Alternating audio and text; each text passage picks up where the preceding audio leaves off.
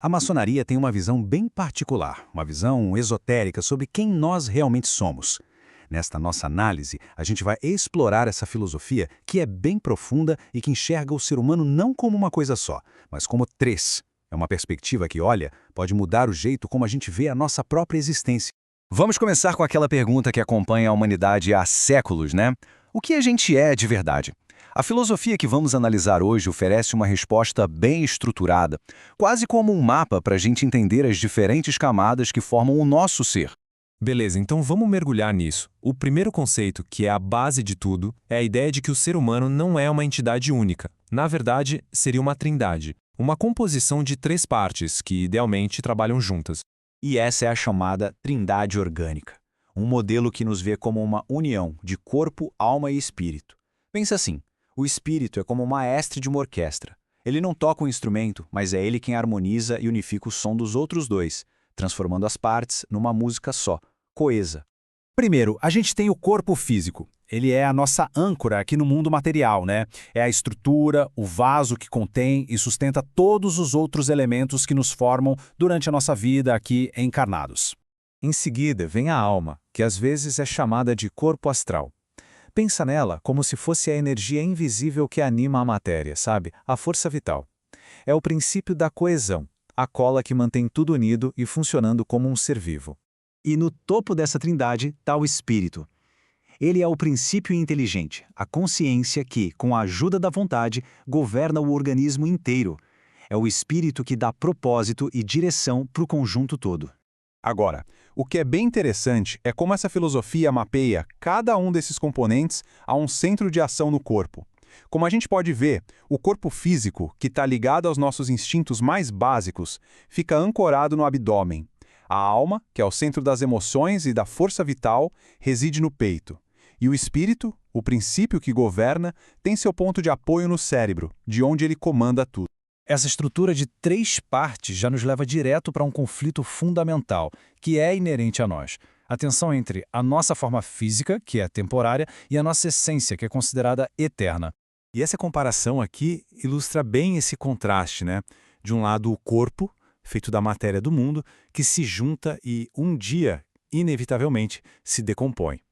Do outro lado, a alma e o espírito, que seriam o homem essencial, um princípio inteligente que está sempre evoluindo e que busca voltar para a sua origem universal. O corpo, pela sua própria natureza material, é um verdadeiro campo de batalha.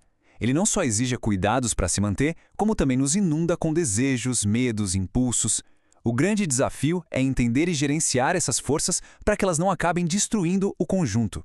E esse conflito todo entre o corpo e a alma acaba gerando um dilema filosófico bem profundo. O desafio de conseguir alcançar um conhecimento puro, a verdade, enquanto a gente está preso nessa forma física. Então, o ponto crucial é este. Se a nossa ferramenta de percepção, a alma, está ligada de forma tão íntima a um corpo com todas as suas falhas e limitações, como é possível alcançar um conhecimento que seja puro e absoluto? Fica a pergunta.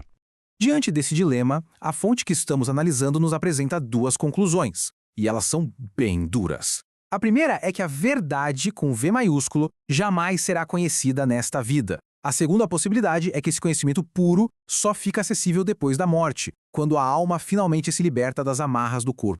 É exatamente para tentar navegar nesse dilema tão complexo que a maçonaria se apresenta como sistema filosófico. Não é só uma sociedade, mas sim um caminho para quem está nessa busca espiritual.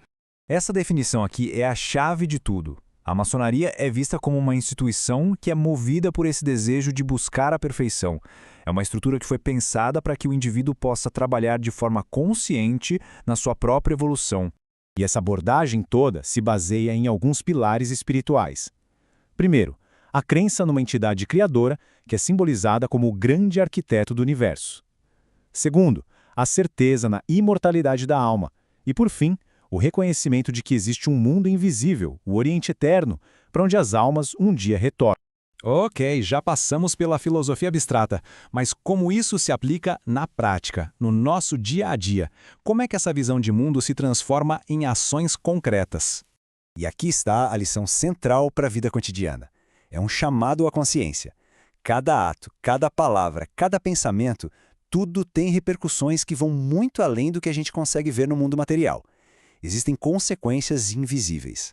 E essa consciência não é só uma crença passiva, não. A filosofia sugere que a alma tem faculdades que estão meio que adormecidas, e com treinamento, com desenvolvimento, essas faculdades poderiam permitir que a gente mapeasse e explorasse o nosso próprio mundo interior com a mesma precisão que um cientista explora o mundo lá fora. E claro, essa jornada da vida é marcada por uma verdade universal e bem solene. Essa sentença nos lembra da natureza passageira, transitória do nosso corpo físico. No entanto, e este é o contraponto crucial, essa sentença se aplica apenas ao corpo. O destino do espírito é outro. Ele não se desfaz. Ele se reintegra ao grande fluido universal, ou seja, ele retorna à fonte de toda a consciência. E assim, a gente termina com uma reflexão para levar. Se cada ação do dia a dia, por menor que pareça, realmente tivesse consequências invisíveis que vão esculpindo a nossa parte imortal, o que a gente mudaria?